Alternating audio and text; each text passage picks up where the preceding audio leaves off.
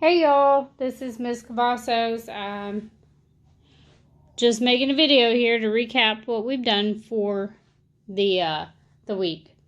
So to recap, atomic number equals protons equals electrons. So we have our atomic number. We do have a key here to remind us that our atomic number is in fact inside the periodic table tile. Okay, so our atomic numbers go in order from 1 to 2, 3, 4, 5, 6, 7, 8, 9, 10, and all the way through. So that's a pattern you should have picked up. If you haven't, okay, well, now's a good time to pick it up. If you notice, when we get to cesium, we have atomic 55, 56, and then it moves on to 57 down here in the lanthanide series. Okay, and it goes all the way to atomic number 70, and then it continues. Well, same thing here with francium. So we have 87, 88, goes down to 89, all the way to 102, 103.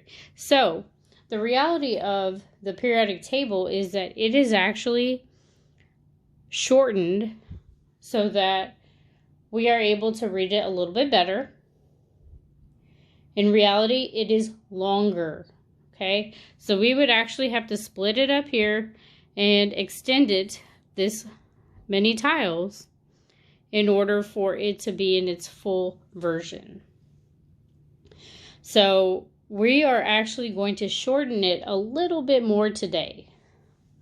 Why? So that we're able to read it for our 8th grade chemistry portion of science. So what does that mean? That means I'm actually going to take this and I'm going to fold. So I'm folding along the line in between group 2 and group 3. So I'm no longer looking inside the periodic table tile. I'm looking above at the numbers 2 and 3. So I'm going to fold there. And I'm going to line that up with 13.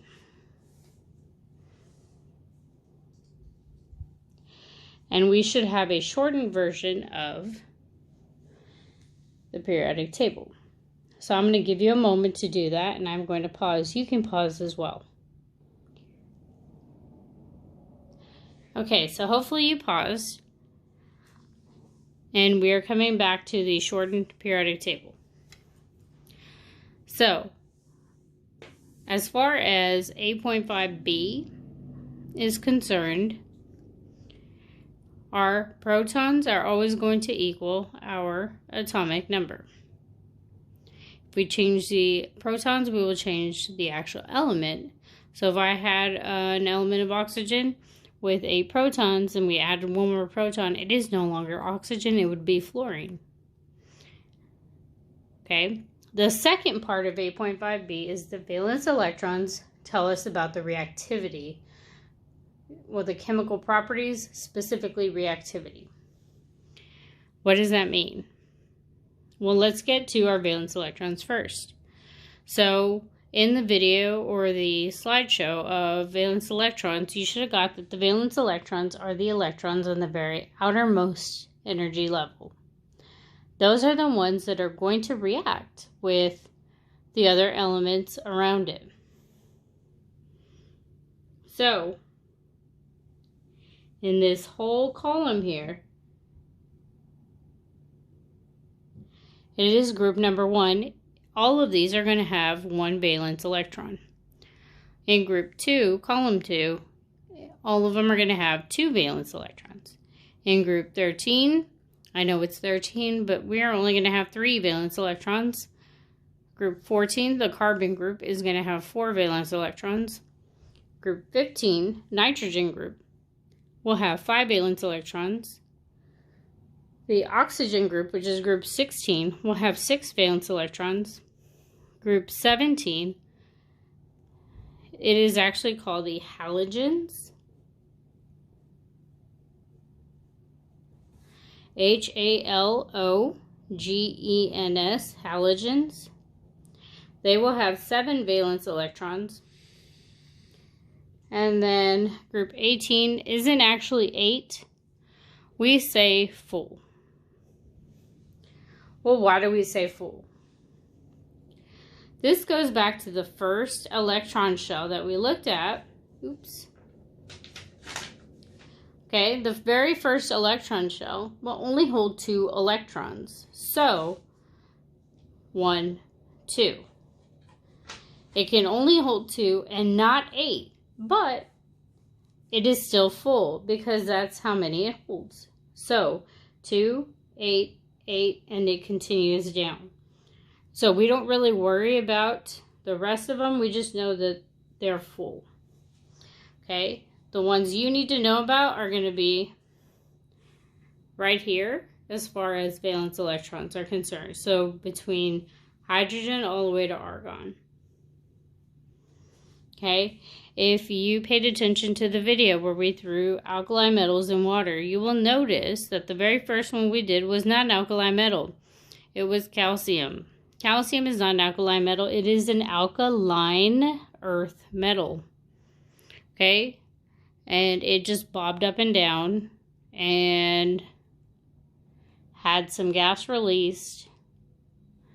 But once we put lithium in the water, lithium was a metal also, but it is an alkali metal. Okay, and lithium made the water boil. Sodium popped. And potassium popped as well, and it had, I believe, a bluish-purplish flame.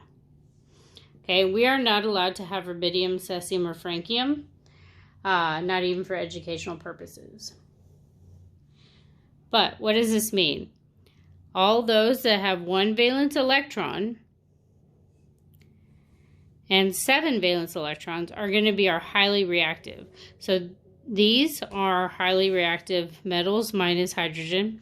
It only has 1. It is a non-metal, but it only has 1 valence electron, and so it is still highly reactive. Group 17 has 7 valence electrons, and it needs 1 more electron to have a full outer shell. So, group 17 and group 1 tend to react with each other in order to form salts, and then they become a lot more stable. But in their pure form, they are highly unstable. So these 2 columns are going to be our most reactive. Our least reactive or non-reactive are going to be the noble gases, which is the last full shell. So these are called the noble gases. Why are they called noble gases? Because they do not react. They can be around all chaos of all the other elements, and they do not react. As a matter of fact, some of these, like rubidium, cesium, and francium, are stored in argon atmospheres so that it doesn't react with anything. Okay, so this recap, our columns are groups, and a group runs up and down. This little down part of the arrow is going to stand for valence electrons. And what does that tell us? It tells us the chemical properties.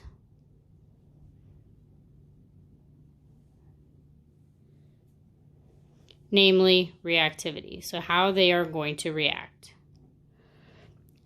So let's,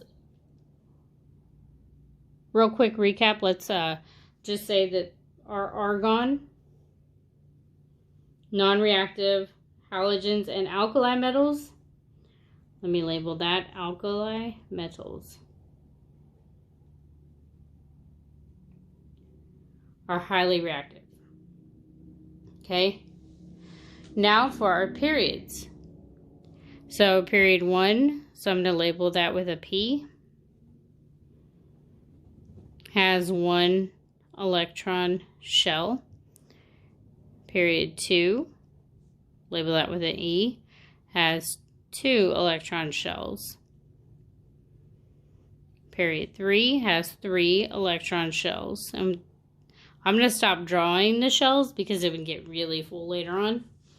But period 4 has 4 electron shells. Period 5 has 5 electron shells. Period 6 has 6 electron shells. And period 7 has 7 electron shells. Okay. What else does it tell us other than how many electron shells? Nothing. That's it. Just tells us how many electron shells there are. So if we know that there are 3 electron shells, but it has 7 valence electrons, then we can go over to 17, which has 7 valence electrons, and we know it's chlorine. The atom is chlorine. If we knew something had 2 electron shells and 5 valence electrons, we come over to group 15. 2 shells, 15, it would be nitrogen. Okay, so that's kind of how to read a periodic table. But wait, what about these in the middle? These have a different configuration. These are called our transition metals. And where it drops, we don't need to worry about any of this, and below. Okay, we just need to worry about, when we talk about valence electrons, we just need to worry about groups 1, 2, and they respectively have 1 valence electron, 2 valence electrons, and group 13 through 17, so 3, 4, 5, 6, 7 valence electrons, and full. Hope you learned something.